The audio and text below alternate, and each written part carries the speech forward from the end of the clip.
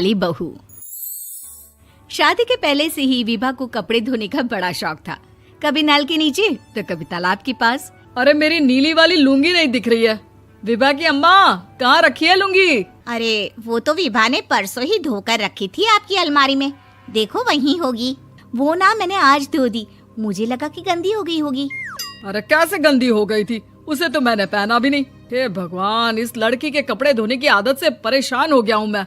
जितना तो घर में राशन नहीं आता, उससे कहीं ज्यादा डिटर्जेंट पाउडर का खर्चा है। इसकी शादी करवा दो, शादी जाए अपने घर में ही करे काम, फिर चाहे घर के कपड़े धोने हो या पूरे गांव के। हाँ ठीक बोल रही हूँ, देखता हूँ मैं कोई लड़का। वो दिन भी आ जाता है जब विभा को देखने लड़के वाले आ जाते हैं। लड़की मुझे अच्छी लगी। होने वाली सास कहती है, बेटी अगर कुछ पूछना है तो पूछ लो। वैसे तो हमारी लड़की बहुत ही शर्मीली है, जो बोल दो वो मान लेती है, इसे क्या पूछना होगा। अरे कैसी बात कर रही हो माँ, मुझे इन लोगों के घर रहना है, सवाल तो कई है। हाँ हाँ बेटा, पूछ लो ना, क्या पूछना है। आप लोगों के घर कपड़े कौन धोता है? सास का मुंह बन जाता है।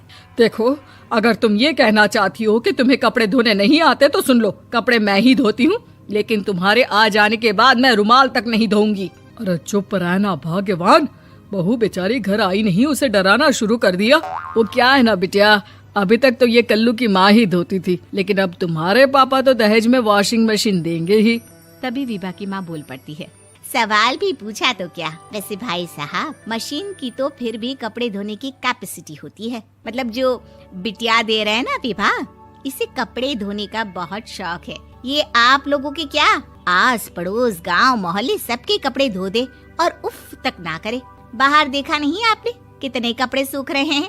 सब हमारी बिटिया ने ही तो धोए हैं। बस भी करो ना माँ, शर्म आ रही इतनी तारीफ सुनकर। और तो और एक दाग निकाल कर दिखाओ तो मान जाओ। हाँ अच्छा अच्छा, माफ करना बेटा, मैंने गलत समझा। हमें तो रिश्ता बहुत पसंद है। और ऐसे जुड़ जाता है रिश्ता कपड़े धोने का शौक रखने वाली विभा का। उसकी शादी हो जाती है कोयला फैक्ट्री में काम करने वाले कल्लू के साथ। शादी के बाद अचानक विभा चिल्लाती हुई सास के पास आती है। सासू माँ, अरे सासू माँ कहाँ है आप? ये तो धोखा है, धोखा दिया आप लोगों ने मुझे। इसे ससुर के चक्कर के बारे में पता चल गया। अरे तो उसमें तुझे क्यों धोखा मिला है? अरे नल में पानी नहीं आता, कपड़े कैसे कब धुलेंगे? अच्छा अच्छा, तू पानी नहीं आ रहा उसकी बात कर रही है? तो आपने क्या सोचा? कुछ नहीं। अच्छा हाँ, तेरी माँ ने कहा था कि कपड़े धोने का शौक है तुझे, याद आया मुझे। शौक शौक बोलकर कपड़े धोने वाले मेरे जुनून को कम ना आके सासू माँ, कपड़ा धोना मेरा गुरूर है। तभी पति भी वहाँ आ जाता है। अभी अभी मैंने इसे सनी देओल की फिल्म दिखाई है, उसी के डायलॉग मार रही है माँ। अच्छा सुन, साफ साफ बता रही हूँ, पानी सुबह 4 से 6 और शाम को 10 से 12 आता है, समझी? विभा टाइमिंग सुनकर हैरान हो जाती है। ये क्या भूतों का मोहल्ला है? सुबह 4 बजे उठकर कौन कपड़े धोता है? 4 बजे टंकी में पानी जाता है, फिर सारा दिन धोना ना, किसने मना किया? अरे कैसी बात कर रही हैं? 200 लीटर की टंकी में कितने कपड़े धो लूंगी मैं, सुबह ही उठ जाऊंगी मैं। अब क्या था, विभा सुबह 4 से लेकर रात के 12 बजे तक कपड़े ही धोती रहती।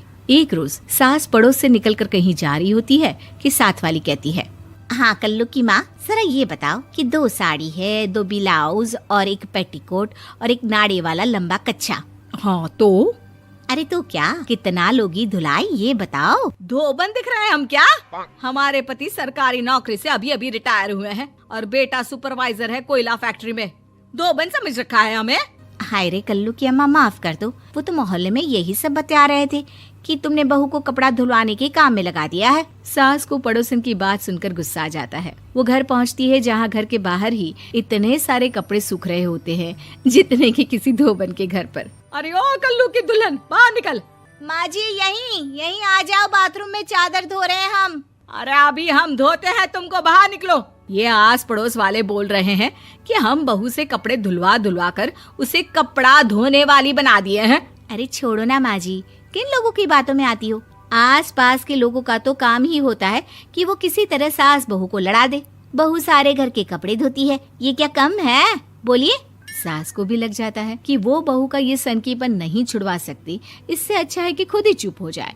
एक रोज सास और बहू मंदिर जाते हैं, जहाँ सास की साड़ी वहाँ खड़ी भीख मांगने वाली से मिलती है। माँ जी क्या बात है, आपकी साड़ी उस भिखारन से कितनी मिल रही है ना? हाँ हाँ देखो तो, दोनों की साड़ी मिल रही है। क्या बात है कल्लू की अम्मा, तुम खुद को तो अफसर की बीवी बताती हो और ऐसी सिंपल सी प्लेन साड़ी पहनकर घूमती हो। सिंपल और प्लेन नहीं है ये साड़ी। तो क्या सोने के धागे से फूल बने हैं?